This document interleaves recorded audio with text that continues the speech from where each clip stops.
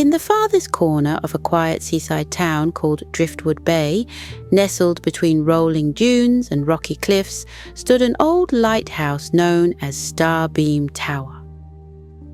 The lighthouse, with its red and white stripes and towering lantern room, had been a guiding light for sailors and ocean creatures alike for as long as anyone could remember.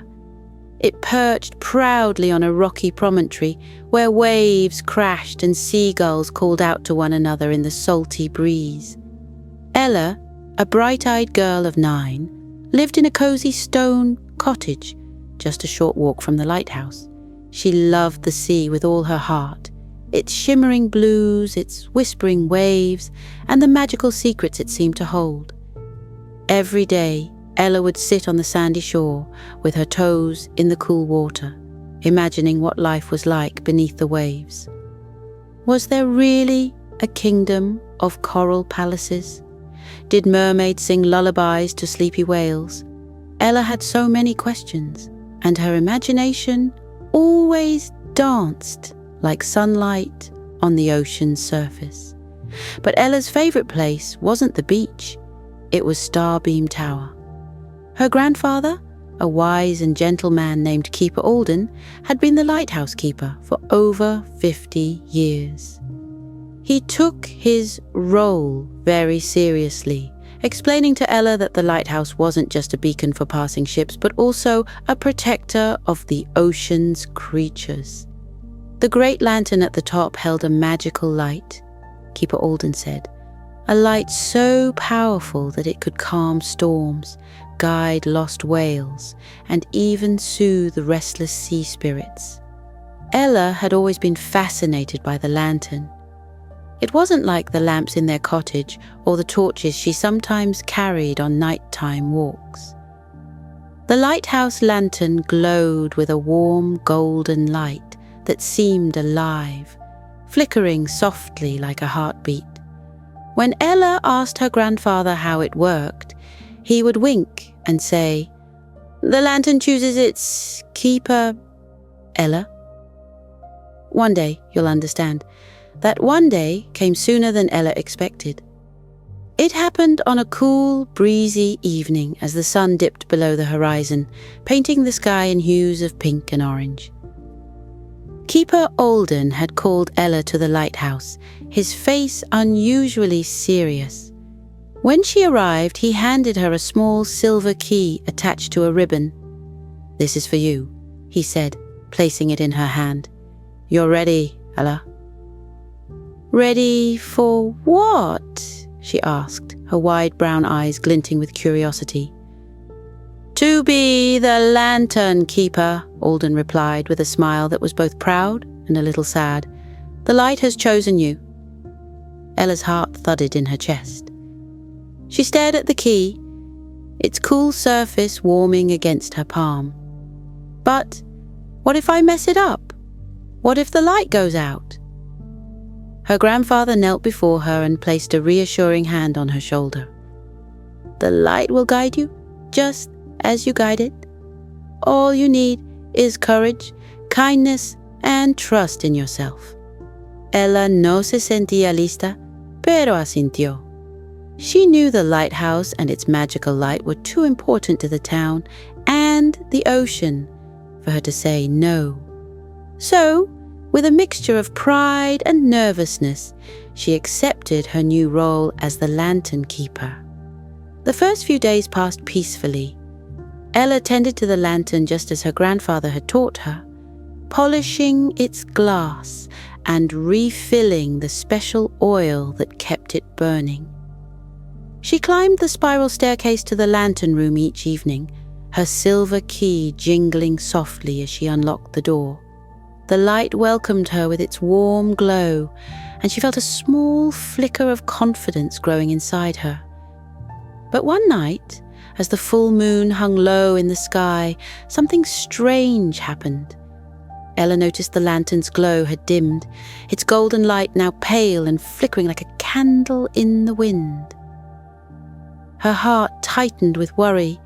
She checked the oil and the glass, but everything seemed in order. The light dimmed further, casting long shadows across the room. Ella leaned against the window of the lantern room, staring out at the vast ocean. "What's happening?"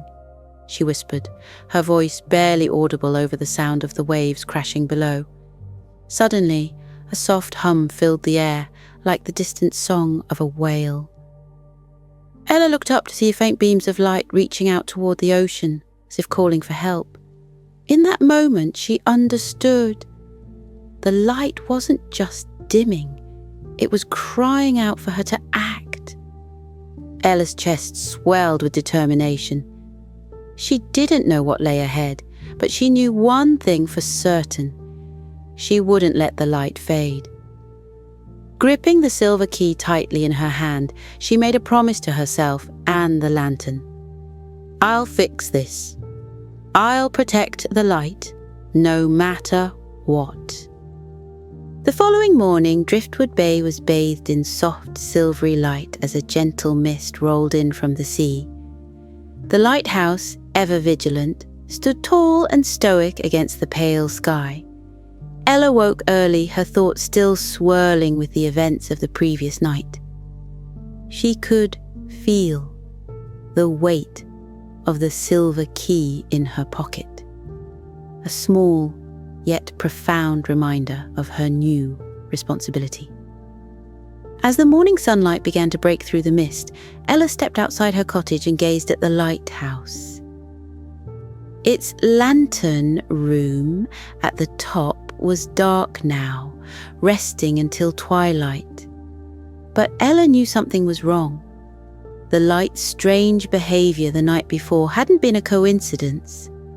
Something was happening, something she couldn't yet explain. Ella decided to visit her best friend, Finn, who lived just a short walk down the shore.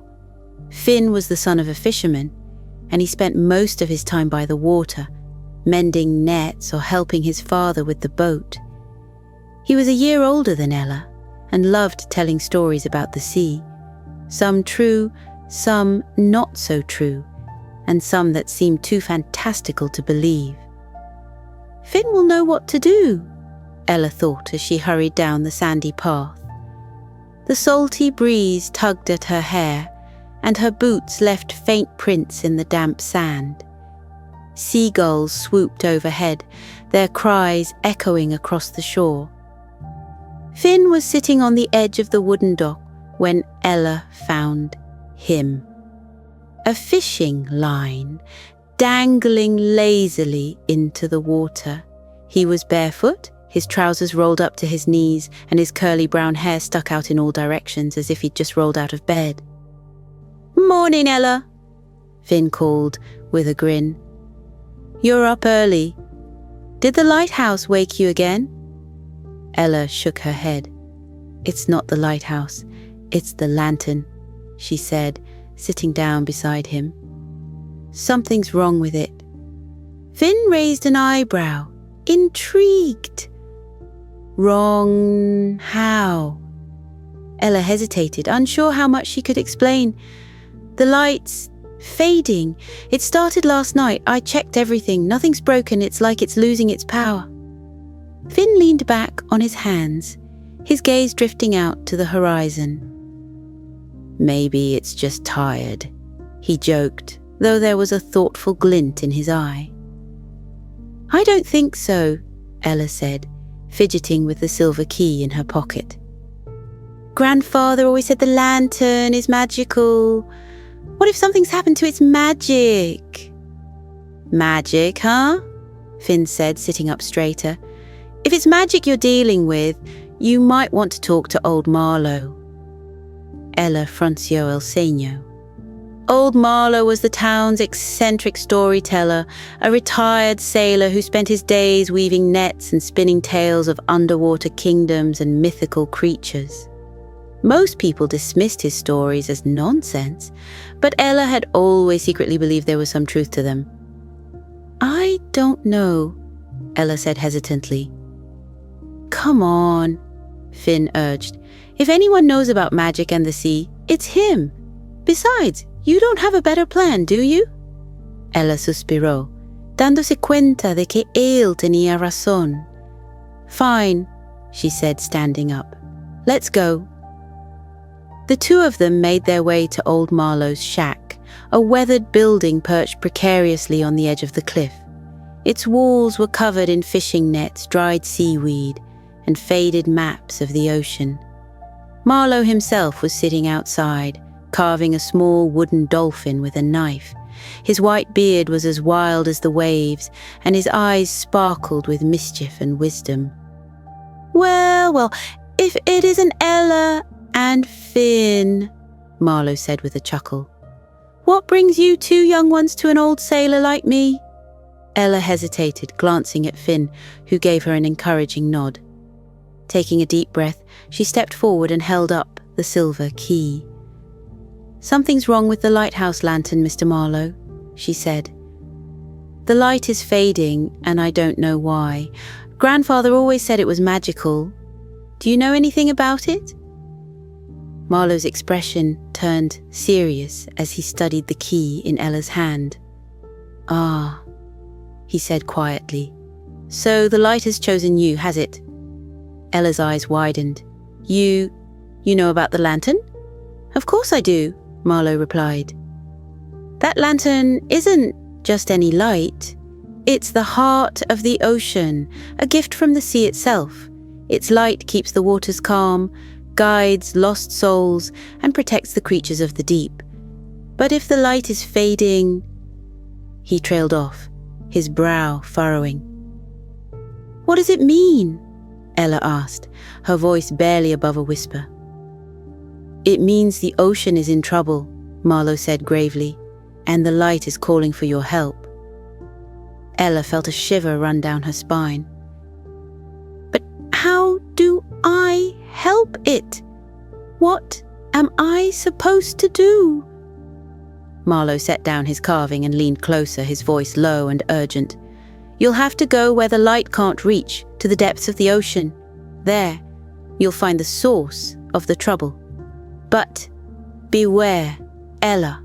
The sea is full of wonders, yes, but it's also full of mysteries and dangers. You'll need courage, wits, and a heart as steady as the lighthouse beam. Ella se tragó con fuerza.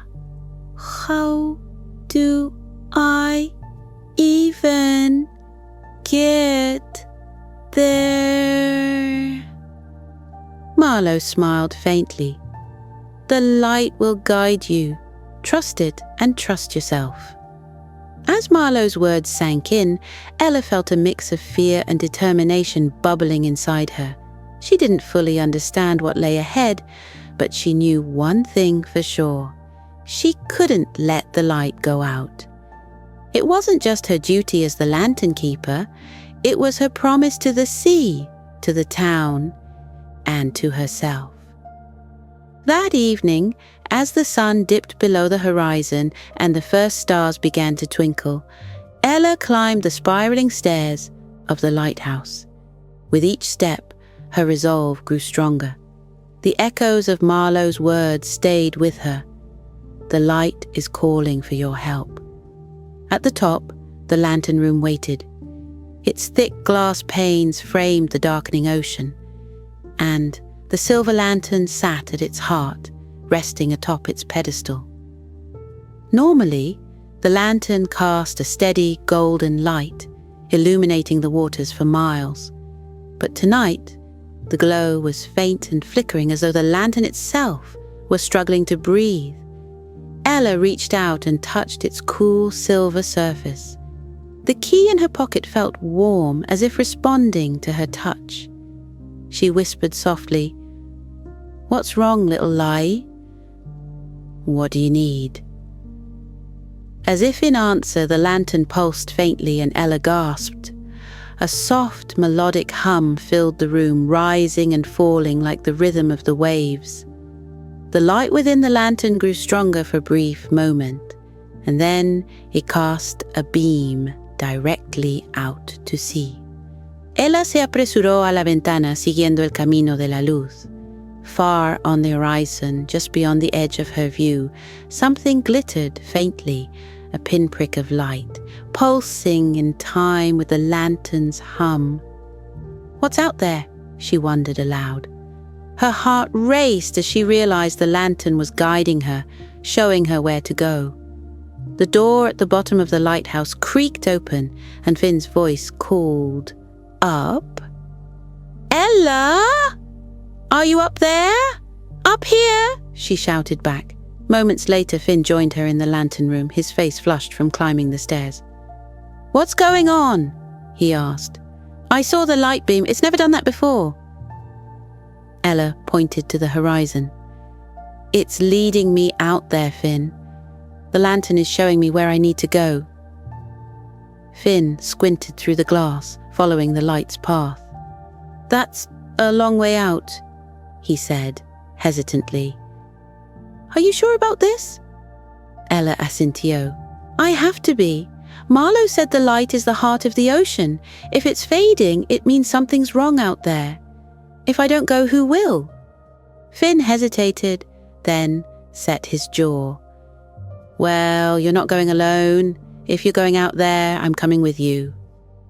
Ella sonrió, agradecida por su apoyo inquebrantable. "Thanks, Finn." The two of them hurried back down the lighthouse stairs and out onto the beach.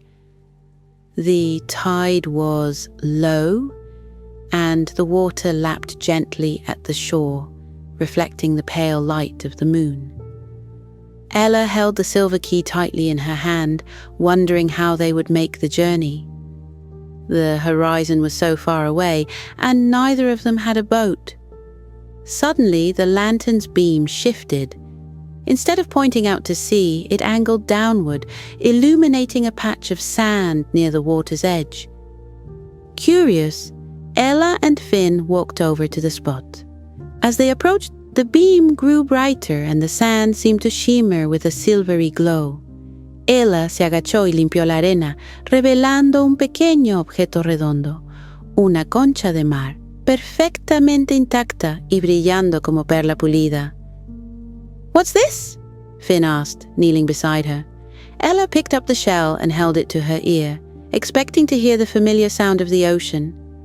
Instead, a voice, soft and melodic, spoke. "The keeper of the light must follow the waves.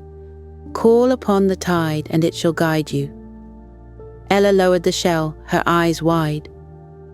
"Did you hear that?" she asked Finn. "Hear what?" Finn replied, looking puzzled. "It's just a shell." Ella shook her head. "No, it spoke to me. It said the tide will guide us." Finn raised an eyebrow but didn't argue. He had learned long ago that when it came to Ella and her connection to the lighthouse, strange things were often true. Holding the shell tightly, Ella turned back to the water. The lantern's beam shifted again, this time forming a shimmering path of light that stretched across the waves. The sight took her breath away. It was as if the ocean itself was inviting her to follow. "I think this is it," Ella said, her voice filled with wonder.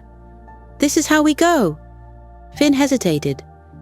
"You mean into the water?" "Ella, we can't swim that far." Ella held up the shell. "We don't have to." "The shell said the tide will guide us. I think we just have to trust it."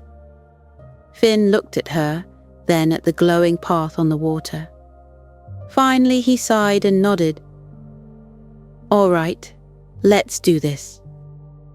The two of them stepped into the water, the cool waves lapping at their ankles. As soon as Ella held up the conch shell, the tide began to change. The water swirled around them, forming a gentle current that lifted them off their feet. Ella and Finn clung to each other as the current carried them along the glowing path, further and further out to sea. The journey was surreal. The ocean was calm, and the glowing path beneath them seemed to pulse in time with their heartbeats. The stars above were brighter than Ella had ever seen, and the water around them shimmered with bioluminescent light. Tiny fish darted beneath the surface, their scales sparkling like jewels, and Ella thought she saw the shadow of a dolphin leaping gracefully in the distance. After what felt like hours, the current began to slow and the glowing path ended. Ella and Finn found themselves in an open expanse of water with nothing but the horizon in every direction. The lantern's beam shifted once more, pointing downward into the depths. "We're here," Ella whispered, her voice trembling with a mix of awe and apprehension. Finn looked down, trying to peer into the dark water below. "What do we do now?" Ella held up the conch shell again. "We follow the light," she said. As soon as she spoke, the water beneath them began to glow. A whirlpool formed, but instead of pulling them under, it created a shimmering portal of light. The silver key in Ella's hand grew warm and she felt a gentle tug, as if it were urging her forward. "Are you ready?" Ella asked, looking at Finn. He nodded, though his eyes were wide with nervous excitement. "Let's go." Taking a deep breath, Ella clutched the silver key and stepped into the glowing portal. Finn followed close behind, and together they disappeared into the depths of the ocean, leaving the surface world behind.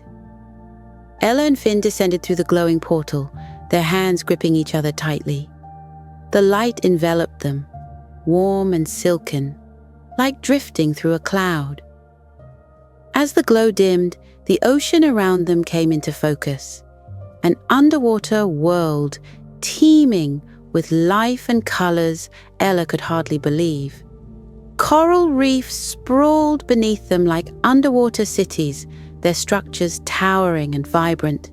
Fish darted through the water in shimmering schools, their scales glinting like jewels. Soft trails of bioluminescent light swirled around Ella and Finn, as if welcoming them into the heart of the ocean. "Ella," Finn whispered, his voice tinged with awe. "This is incredible." Ella nodded, but her gaze was fixed on the silver lantern key in her hand.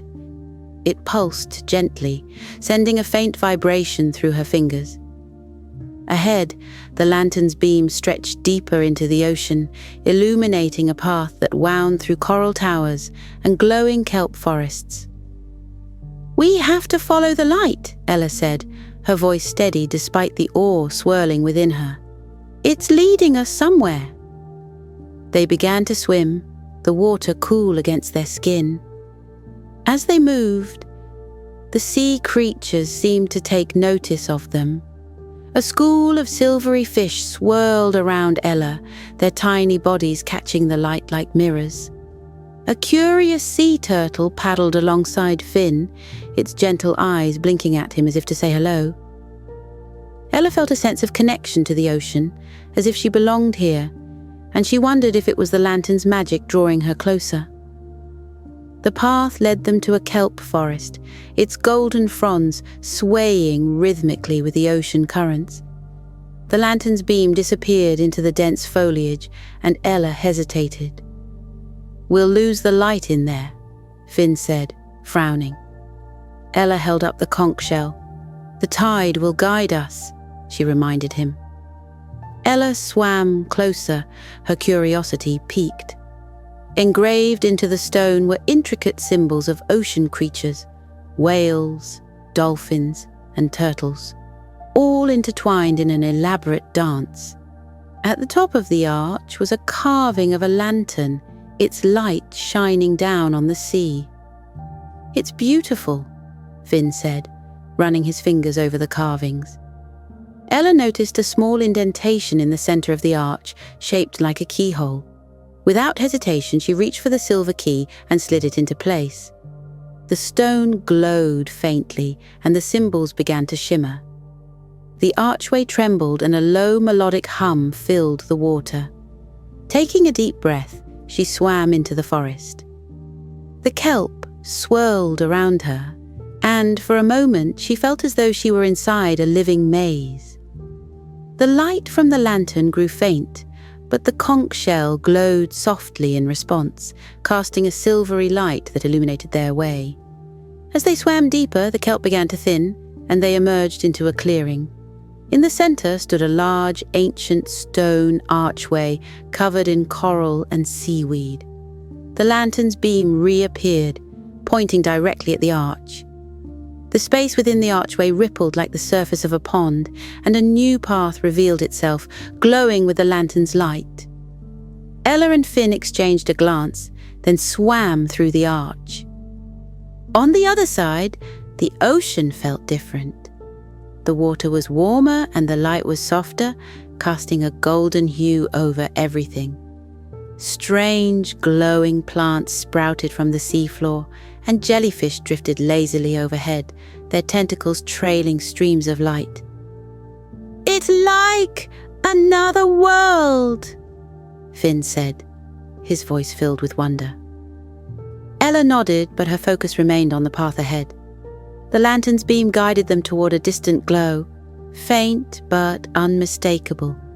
As they swam, the environment grew more otherworldly. Towering spires of crystal jutted from the seafloor, their surfaces reflecting rainbows of light. Schools of fish swam in synchronized patterns, creating shapes and symbols that seemed to tell a story. Ella felt a tug at her arm and turned to see Finn pointing ahead. In the distance, a figure approached, gliding gracefully through the water. As it drew closer, Ella realized it was a mermaid. The mermaid's hair floated around her like a halo, shimmering in shades of silver and blue. Her tail was covered in iridescent scales that caught the light, and her eyes sparkled with curiosity. "Greetings, Keeper of the Light," the mermaid said, her voice echoing melodiously through the water. Ella's heart skipped a beat. "You know who I am?" The mermaid nodded. "The lantern's magic flows through the ocean.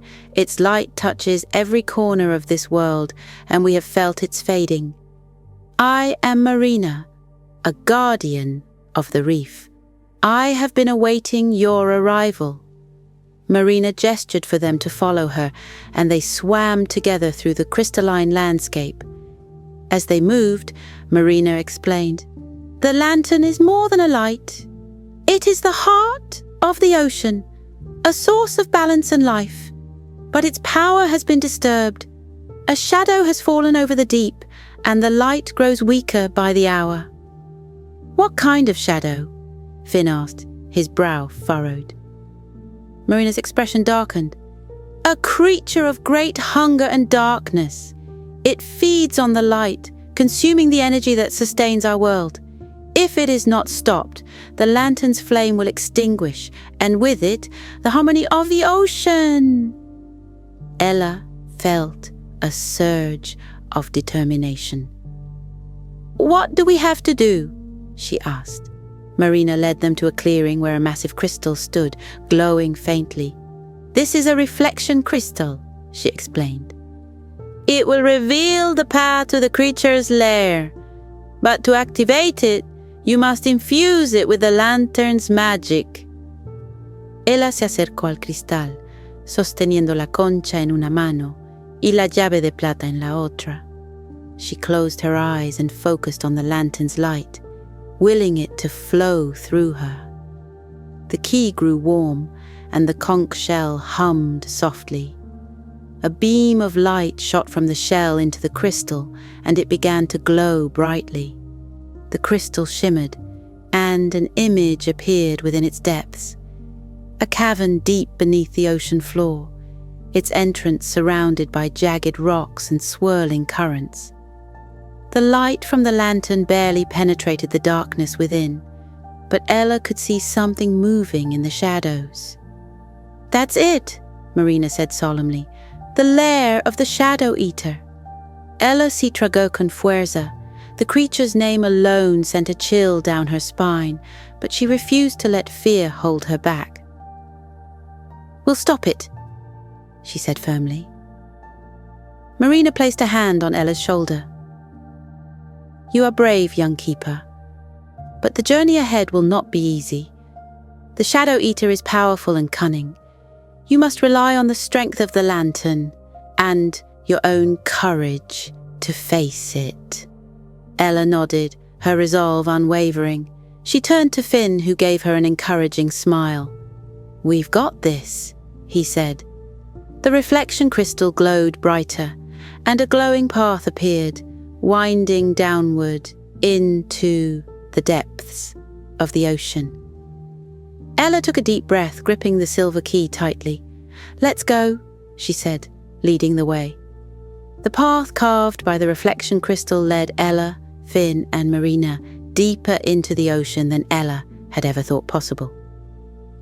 The water grew colder, and the sunlight from above became a distant memory.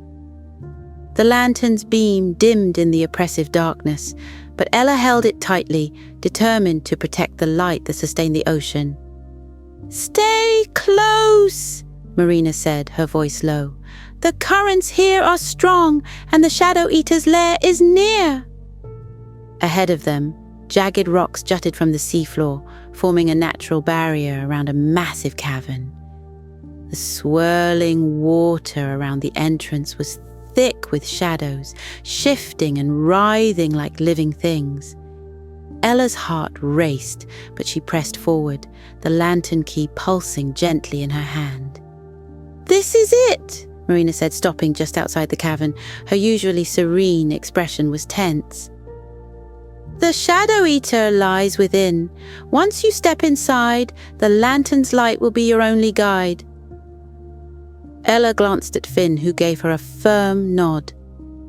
"We've come this far. We can't turn back now." Taking a deep breath, Ella stepped into the cavern. The darkness swallowed them immediately, heavy and suffocating. The lantern's beam flickered, casting eerie shadows on the cavern walls. Strange echoing sounds filled the space, low growls, the scrape of claws, and the occasional hiss that sent shivers down Ella's spine.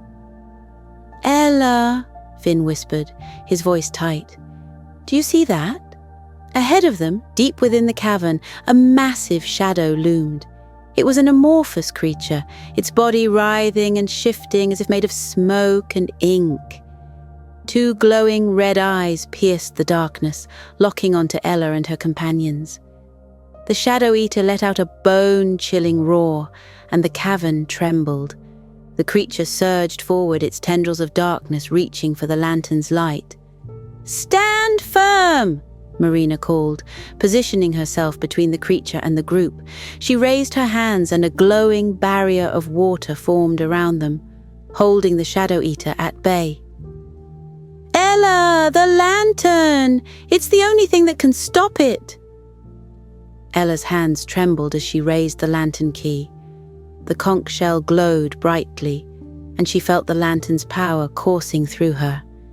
She stepped forward, her heart pounding, and pointed the key at the creature. "Leave this place!" Ella gritó, su voz firme a pesar del miedo que la agarró. "You won't take the light from this ocean." The Shadow Eater hissed, its form twisting and thrashing.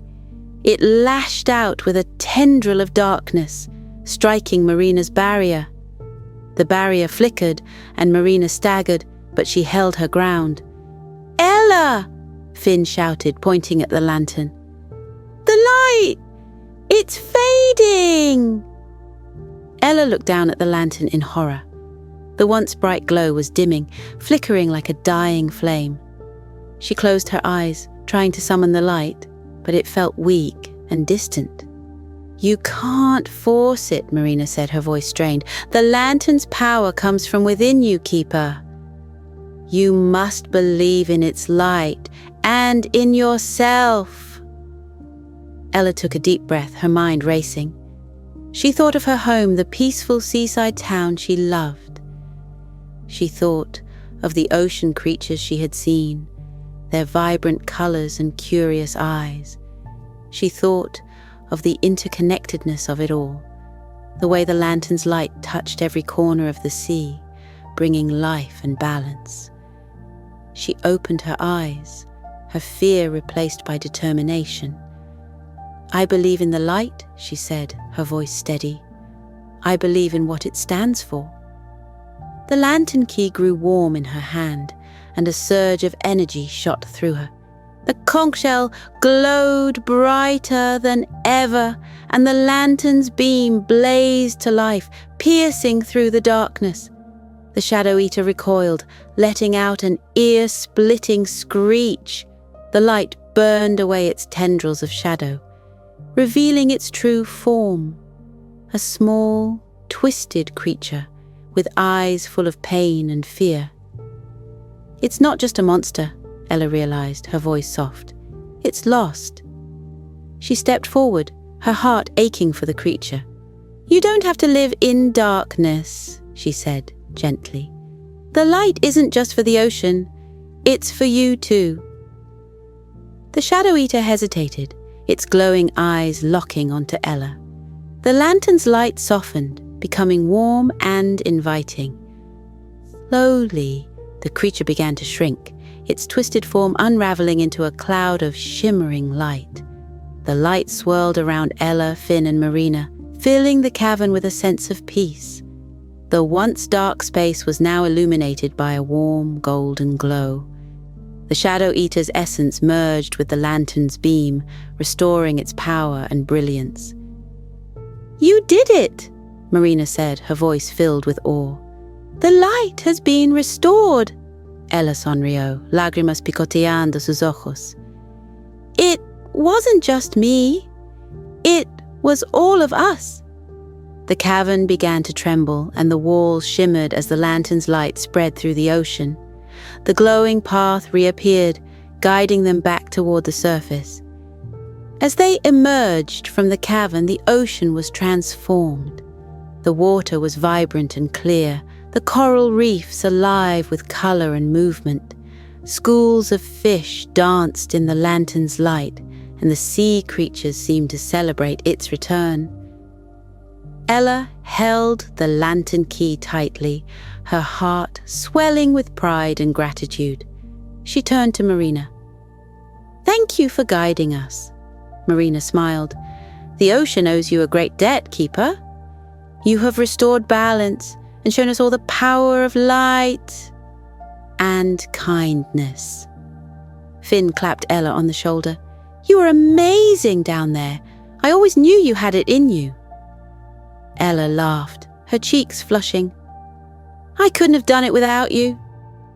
As they swam back to the seaside town, Ella felt a deep sense of connection to the ocean and its creatures. She had faced her fears, embraced her role as keeper, and learned the true power of the lantern's light. When they reached the lighthouse, Ella climbed the spiral staircase to the top. She placed the lantern back in its holder, its light shining brighter than ever. The beam stretched across the ocean, a beacon of hope and protection. Ella gazed out at the water, her heart full. She knew that the lantern's journey had only just begun, and so had hers. Ella stood at the top of the lighthouse, gazing out at the endless expanse of the moonlit ocean. The lantern's glow, now restored, cast a warm and soothing light across the water, illuminating the gentle waves and distant horizon. The beam reached far beyond what the eye could see, a reminder that its light touched every corner of the ocean, bringing peace and balance. As the salty breeze caressed her cheeks, Ella felt a deep sense of contentment. The adventure she had just experienced, though harrowing at times, had brought her closer to understanding her place in the world. The lantern wasn't just a tool or a responsibility. It was a symbol of the strength, kindness, and courage she had discovered within herself. Finn and Marina stood beside her, their faces illuminated by the lantern's golden light. Finn leaned on the railing, his mischievous grin softened into something more serene. "You've done something incredible, Ella," he said, his voice gentle. "The ocean will never forget this." Marina nodded, her expression proud and serene. "The balance has been restored thanks to you. The creatures of the sea can rest peacefully once more." Ella sonrió, su corazón hinchándose con gratitud. "I didn't do it alone," she said. "You both were with me every step of the way." The three friends lingered in the lighthouse for a while longer, sharing quiet moments of reflection as the stars twinkled overhead. Ella felt a comforting stillness settle around her, the kind that only came after a great journey had ended. But as the night deepened, she knew it was time to rest. Outside, the ocean mirrored the night sky, its surface speckled with the reflection of countless stars. The lighthouse beam continued to sweep across the waves, a protective watch over the sea and its creatures. It was as though the ocean itself had joined in a lullaby, the ebb and flow of the tide matching the rhythm of Ella's slowing breath. Finn and Marina had returned to their own homes, but Ella felt their presence lingering in the quiet night. She imagined Marina's graceful form gliding through the water, her scales catching the lantern's glow, and Finn's playful energy bringing laughter wherever he went. They had become more than just companions on a quest. They were now part of her story, woven into the fabric of her life. As Ella's breathing deepened, her mind began to drift into the realm of dreams. She imagined herself floating on the lantern's light, weightless and free, soaring over the ocean and into the sky. The stars seemed close enough to touch, their soft glow blending with the golden light of the lantern. She felt connected to everything: the sea, the sky, and the creatures that dwelled within them. Back in her cozy room at the base of the lighthouse, Ella prepared for bed. The walls were adorned with seashells and small paintings of the ocean, each one telling a story of her love for the sea. She placed the lantern key on her bedside table, its faint glow casting soft shadows on the walls. As Ella climbed into her bed, she felt the familiar comfort of her thick quilt wrapped around her. The lighthouse hummed faintly, a soothing sound she had grown up with. The rhythm of the waves crashing gently against the rocks below lulled her into a state of tranquility. Ella's thoughts drifted back to the underwater journey. She thought of the Shadow Eater, not as a monster, but as a misunderstood creature yearning for connection. She thought of the dazzling coral gardens and the vibrant fish that had danced in the lantern's light. She thought of the reflection crystal, its wisdom guiding her through the unknown. Her eyelids grew heavier as she remembered the moment the lantern's light had fully returned, bathed in the ocean in its warm glow. It was a light that didn't just illuminate the waters, it illuminated her heart, reminding her that even in the darkest moments, there was always a spark of hope. The soothing sound of the waves grew distant as Ella sank deeper into her dreams. In her mind's eye, she saw a world of endless beauty and wonder.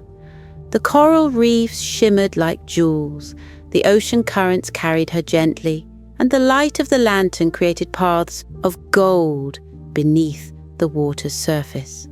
Ella's dream took her to places she had never seen before, hidden caves filled with treasures of the deep, schools of fish that formed intricate patterns, and vast underwater fields of glowing seagrass swaying in unison. She felt the presence of the ocean creatures, their peaceful energy surrounding her like a warm embrace.